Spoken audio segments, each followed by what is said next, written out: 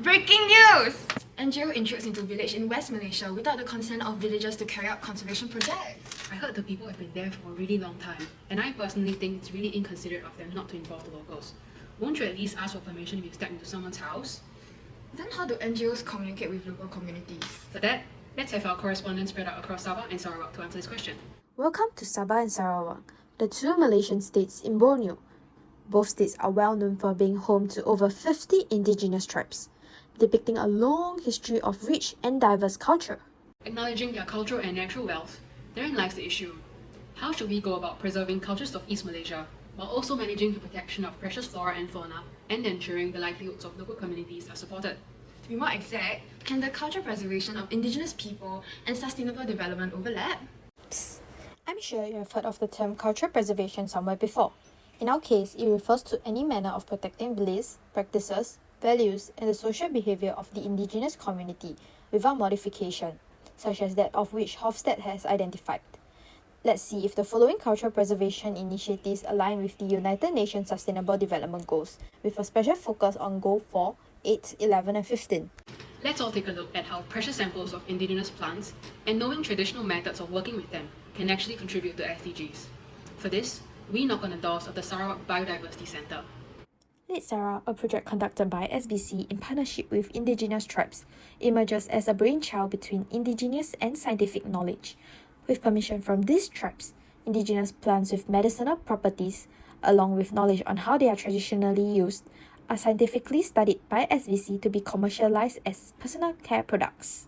Furthermore, SBC abides by good wildcraft practice, teaching the indigenous community harvesting methods that doesn't harm the plant, ensuring a sustainable supply. Now, back to the headquarters. Right, my part. Let's take a look at the SDGs that SBC fulfills. Firstly, the partnership between SBC and Indigenous communities attains SDG 15. Next, SDG 11 is fulfilled by the documentation of traditional knowledge. In this process, Indigenous tribes are taught hard skills which fulfills SDG 4. Through the Access and Benefit Sharing Program, Indigenous communities gain an income from harvesting as well as royalties, which are forms of credit when their knowledge is used. This also fulfills SDG 8. It is also... wait, let me look at my script. Have this special session where we call it plant review session. We will do it during night when everybody is there. And at that session, not only we reviewing all the plants that we have collected, but we are sharing, so they will be a knowledge transfer session as well. Finally, we are at Mari Mari Cultural Village to see how displaying culture through food, attire, and ritual as a tourist attraction can bring about economic growth to the community.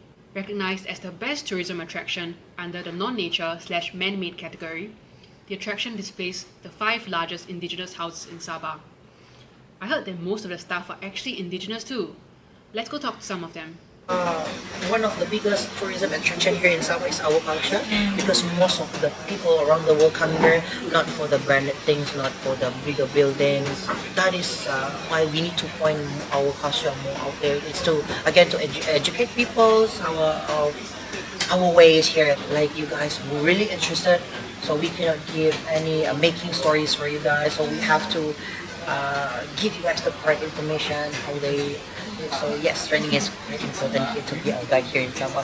However, it's important to recognize that there are also challenges that the pursuit of cultural preservation can pose for sustainable development. Our insightful professors and TA from RVC2000 introduced to us the Spirals framework, which we will apply to evaluate whether these initiatives are sustainable. Scalability, as SPC's goal is to create personal care products using medicinal herbs. They may not focus on plants they cannot utilize. Hence, other culturally significant plants that do not have medicinal value may be neglected, limiting SPC's success in achieving the SDG 11.4 as mentioned previously. Life of farming. Teaching indigenous communities more sustainable ways to harvest plants not only ensures the plant's greater immediate supply, but also helps to restore biodiversity, aligning with SDG 11.4. Moreover, the act of documenting indigenous knowledge helps to reduce cultural loss. Documented knowledge can in turn earn communities royalties should other initiatives appear, and permission is given to utilize this knowledge. In conclusion, SPC and Mari Mari Cultural Village have showed that the different SDGs are deeply interconnected. It shows that culture is always adapting, and while it need not always be sustainable, East Malaysia has definitely opened our eyes to the complex web of relations between culture and sustainability.